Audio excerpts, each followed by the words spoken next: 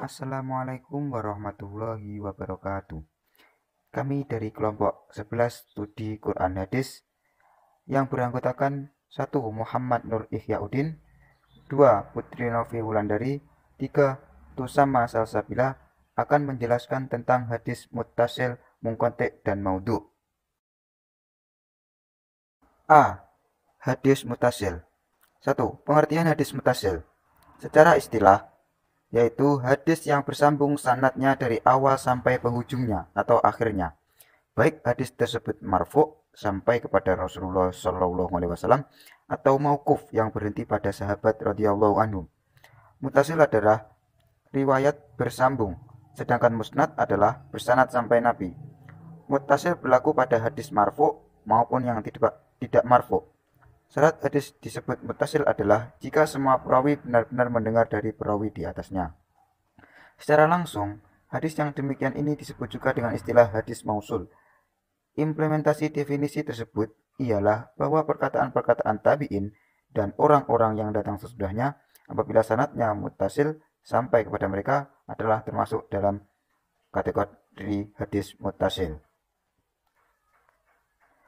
Yang kedua, hadis muttasil menurut ulama. Para ulama berbeda pendapat tentang hadis muttasil. Adapun pendapat beberapa ulama adalah sebagai berikut.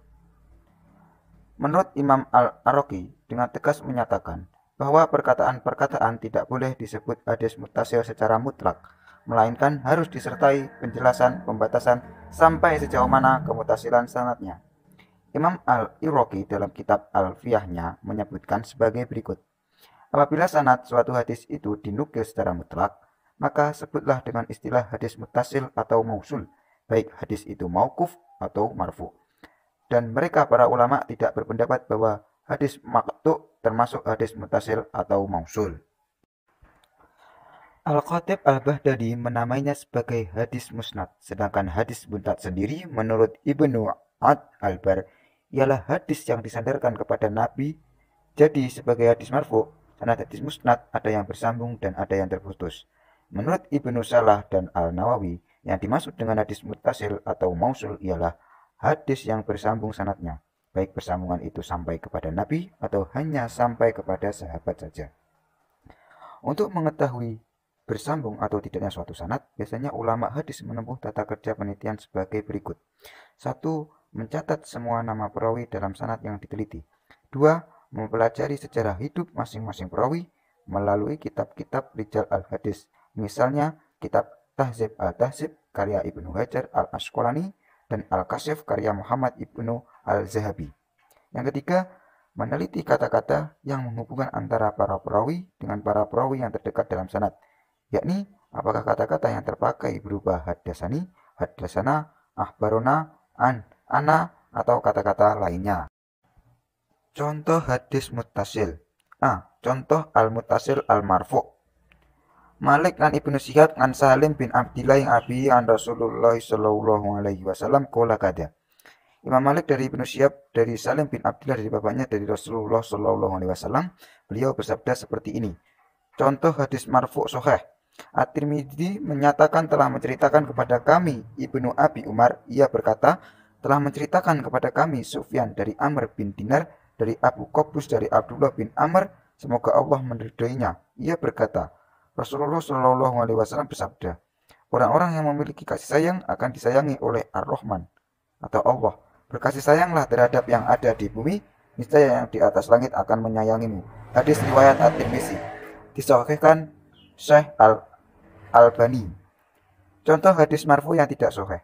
Perintah menjawab salam imam saat sholat. Ibnu Majah menyatakan, telah menceritakan kepada kami Hisham bin Ammar, ia berkata, telah menceritakan kepada kami Ismail bin Ayyasi, ia berkata telah menceritakan kepada kami Abu Bakr al-Uzaili dari Qatadah, dari Al-Hasan, dari Samurah bin Jundub, bahwasanya Nabi Shallallahu Alaihi Wasallam bersabda, jika imam mengucapkan salam, jawablah oleh kalian salamnya. Hadis riwayat Ibnu Majah, dilemahkan Syekh Al-Albani. Contoh al-muttasil al-mauquf. Malik an Nafi' an Ibnu Umar annahu qala kada. Imam Malik dari Nafi' dari Ibnu Umar radhiyallahu anhu bahwasanya dia berkata seperti ini. Hadis munqati. Pengertian hadis munqati. Munqati menurut bahasa merupakan isim fa'il yang berarti terputus, lawan dari kata mutasil yang berarti bersambung. Sedangkan menurut istilah, para ulama terdahulu mendefinisikannya sebagai hadis yang sanadnya tidak bersambung dari semua sisi. Hadis munqati menurut ulama. Definisi munqati yang paling utama adalah definisi yang dikemukakan oleh Al-Hafiz Ibnu Abdil Bar, yakni hadis munqati adalah setiap hadis yang tidak bersambung sanadnya, baik yang disandarkan kepada Nabi Shallallahu Alaihi Wasallam maupun disandarkan kepada yang lain. Hadis yang tidak bersambung sanadnya adalah hadis yang pada sanadnya gugur seorang atau beberapa orang rawi pada tingkatan tabaqat manapun. Sehubungan dengan itu, penyusun Al-Mazhumah yang pertama, Al-Baiquniyah mengatakan, setiap hadis yang tidak bersambung sanadnya bagaimanapun keadaannya adalah termasuk hadis munqati, terputus sambungannya. Yang kedua, An-Nawawi berkata, klasifikasi tersebut adalah sahih dan dipilih oleh para fuqaha Al-Khatib, Ibnu Abdil Bar, dan muhadisin lainnya. Dengan demikian, hadis munqati merupakan suatu judul yang umum yang mencakup segala macam hadis yang terputus sanadnya. Yang ketiga, munqati menurut ahli hadis mu'taqirin adalah hadis yang tidak tersambung sanadnya, yang bukan termasuk dari hadis mursal, mu'alaq, atau mudal. Jadi, hadis munqati bagaikan nama umum bagi setiap hadis yang ada padanya keterputusan sanad. Selain 3 bentuk terputusnya sanad, yaitu gugur rawi di awal sanad, atau gugur di akhirnya, atau juga gugur 2 orang rawi secara berurutan di mana saja letak gugurnya. Hukum hadis munqati. Para ulama hadis sepakat menyatakan bahwa hadis munqati hukumnya dhaif karena tidak diketahui keadaan perawi yang digugurkan. Penyebaran hadis dhaif merupakan perkara yang membahayakan karena dikhawatirkan atas mereka termasuk orang-orang yang diancam oleh Rasulullah Shallallahu Alaihi Wasallam dengan sabdanya, yang artinya, sesungguhnya berbuat bohong padaku bukanlah seperti berbohong terhadap orang lain. Maka barang siapa yang berbohong atas namaku dengan sengaja, maka tempatkanlah dirinya di neraka. Hadis riwayat Bukhari Muslim. Ini berarti bahwa sanad hadis yang terputus baik dari awal sanad atau tengah atau akhirnya, maka menjadi hadis yang munqati. Dengan definisi ini, maka hadis munqati meliputi mursal, mu'alaq, dan mudal. Hukum kehujahan hadis munqati.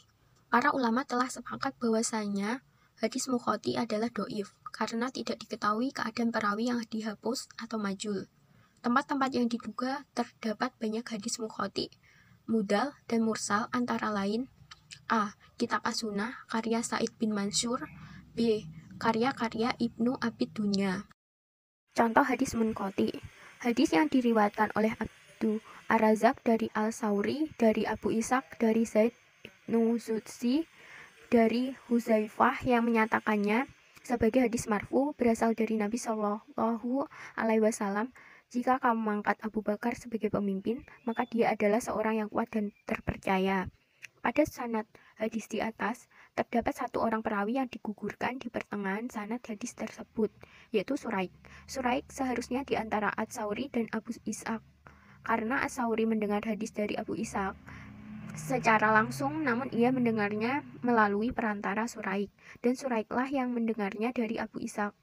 Hadis seperti di atas adalah hadis munqati dan tidak dapat dinamakan mursal, mu'alaq, dan mudal. C. Hadis maudhu. Pengertian hadis maudhu. Secara bahasa, maudhu berarti menggugurkan, meletakkan, meninggalkan, dan mengada-ada.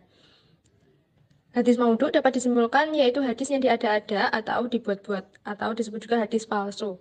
Secara istilah, menurut Imam Nawawi, hadis maudhu adalah hadis yang direkayasa, dibuat-buat, dan hadis dhaif yang paling buruk. Meriwayatkannya adalah haram ketika mengetahui kepalsuan untuk keperluan apapun kecuali disertai dengan penjelasan.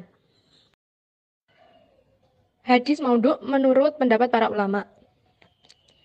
Menurut sebagian ulama hadis, pengertian hadis maudhu adalah hadis yang diciptakan serta dibuat-buat oleh seorang pendusta yang dinisbatkan kepada Rasulullah Shallallahu Alaihi Wasallam secara palsu dan dusta, baik hal itu sengaja maupun tidak.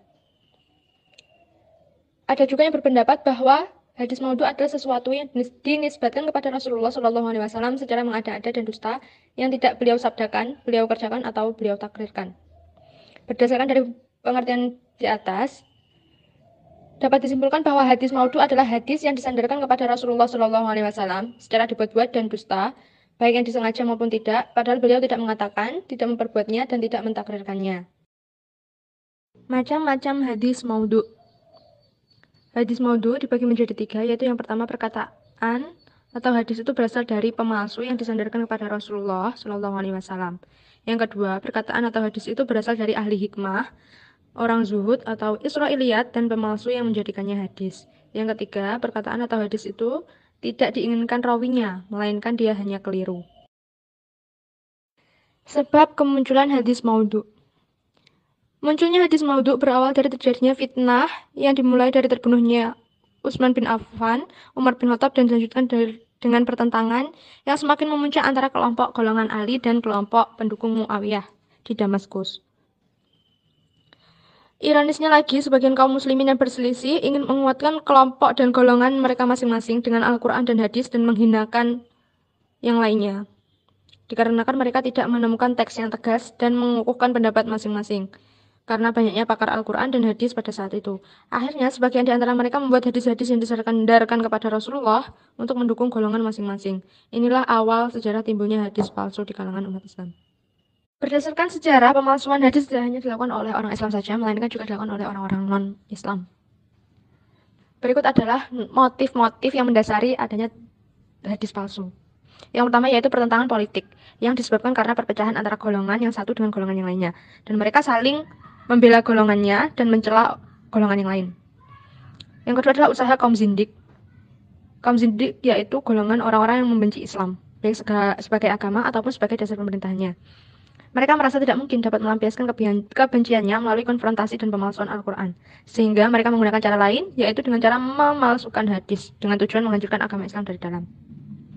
Yang ketiga adalah sikap tasyub terhadap suatu bangsa, suku, bahasa, negeri, dan pimpinan. Salah satu tujuan pembuatan hadis palsu adalah adanya sifat ego dan fanatik buta, serta ingin menonjolkan seseorang atau sebagian kelompok yang disebabkan karena kebencian, bahkan balas dendam semata. Contohnya, menurut keterangan Al-Khalili, salah seorang penghafal hadis, bahwa kaum Rafidah telah membuat hadis palsu mengenai keutamaan Ali bin Abi Thalib dan Ahlul Bait sejumlah 300.000 hadis. Yang keempat yaitu mempengaruhi kaum awam dengan kisah dan nasihat suatu kelompok yang melakukan pemalsuan hadis dengan bertujuan untuk memperoleh simpati dari pendengarnya sehingga mereka kagum melihat kemampuannya. Intinya mereka ingin mendapat sanjungan. Yang kelima yaitu adanya perbedaan pendapat dalam masalah akidah yaitu teologi Islam dan juga ilmu fikih yang yaitu banyaknya mazhab-mazhab. Yang kelima yaitu inginnya membangkitkan gairah beribadah tanpa mengerti apa yang dilakukannya. Itu adalah hasil dari kurangnya ilmu yang mapan sehingga mereka tidak tahu beribadah itu digunakan untuk apa. Yang terakhir yaitu adanya pendapat yang membolehkan seseorang untuk membuat hadis demi kebaikan sebagian kaum. Ada seseorang yang membolehkan berdusta atas nama Rasulullah SAW untuk memberikan semangat kepada umat mereka dalam beribadah. Padahal para ulama telah sepakat atas mengharamkannya berdusta atas nama Rasulullah SAW apapun sebab dan alasannya. Selanjutnya adalah ciri-ciri hadis maudhu. Ciri-ciri hadis maudhu bisa dilihat dari dua cara. Yang pertama yaitu dari segi sanad. Sanad artinya adalah rangkaian perawi hadis yang menghubungkan antara pencatat hadis sampai kepada Rasulullah SAW. Terdapat banyak hal untuk bisa mengetahui kepalsuan sebuah hadis dari segi sanad. Antara lain, yaitu yang pertama, salah satu perawinya adalah seorang pendusta dan hadis itu hanya diriwayatkan olehnya, serta tidak ada satupun perawi yang sikoh atau terpercaya yang juga meriwayatkannya, sehingga riwayatnya dihukumi palsu. Yang kedua, adanya pengakuan dari pemalsu hadis itu sendiri. Seperti pengakuan Abu Ismah Nuh bin Abi Maryam bahwa ia telah memalsukan hadis-hadis tentang keutamaan Al-Quran. Yang ketiga yaitu adanya fakta-fakta yang disamakan dengan pengakuan pemalsu hadis. Contohnya, seorang perawi meriwayatkan dari seorang syekh, padahal ia tidak pernah bertemu langsung dengan syekh tersebut dan ia lahir setelah syekh tersebut meninggal. Atau ia tidak pernah masuk ke tempat tinggal syekh tersebut dan tidak pernah berguru langsung dengan syekh tersebut. Yang keempat yaitu adanya dorongan emosional pribadi para perawi yang mencurigakan, serta tasyub terhadap suatu golongan. Contohnya, ada seorang Syiah yang fanatik, kemudian ia meriwayatkan sebuah hadis yang mencela para sahabat atau mengagungkan Ahlul Bait. Yang kedua yaitu ciri-ciri hadis bisa dilihat dari segi matan atau isi hadisnya. Yang pertama dilihat dari tata bahasa dan struktur kalimatnya yang jelek. Sedangkan Rasulullah SAW adalah seorang yang sangat fasih dalam mengungkapkan kata-kata, karena beliau adalah seseorang yang dianugerahi Allah sebagai jawami'ul kalim, atau artinya kata-kata yang terucap darinya yaitu kata-kata pendek namun mengandung arti luas. Yang kedua yaitu isinya rusak karena bertentangan dengan hukum-hukum akal yang pasti. Contohnya ada sebuah hadis yang memiliki arti bahwasanya kapal Nabi Nuh tawaf mengelilingi Ka'bah 7 kali, lalu salat 2 rakaat di belakang makam Ibrahim. Yang ketiga, isi dari hadis tersebut bertentangan dengan nas Al-Quran, as-sunnah atau ijma' yang pasti, dan hadis tersebut tidak mungkin dibawa pada makna yang benar. Contohnya yaitu adalah hadis waladuz zina la yadkhulul jannati ila sab'ati abna, yang artinya anak zina itu tidak dapat masuk surga sampai 7 keturunan. Makna hadis ini bertentangan dengan kandungan ayat Al-Quran, yaitu Bismillahirrahmanirrahim, wala taziru waziratun wazron ukhra, yang artinya dan seseorang yang berdosa tidak akan memikul dosa orang lain. Kandungan ayat tersebut menjelaskan bahwa dosa seseorang tidak dapat dibebankan kepada orang lain, sampai seorang anak sekalipun tidak dapat dibebani dosa orang tuanya.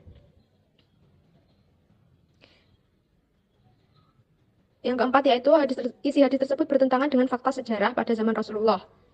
Seperti hadis yang mengatakan bahwa Rasulullah menggugurkan kewajiban membayar jizyah atas orang Yahudi pada perang Khaybar yang ditulis oleh Muawiyah bin Abi Sufyan yang disaksikan oleh Sa'ad bin Mu'adz.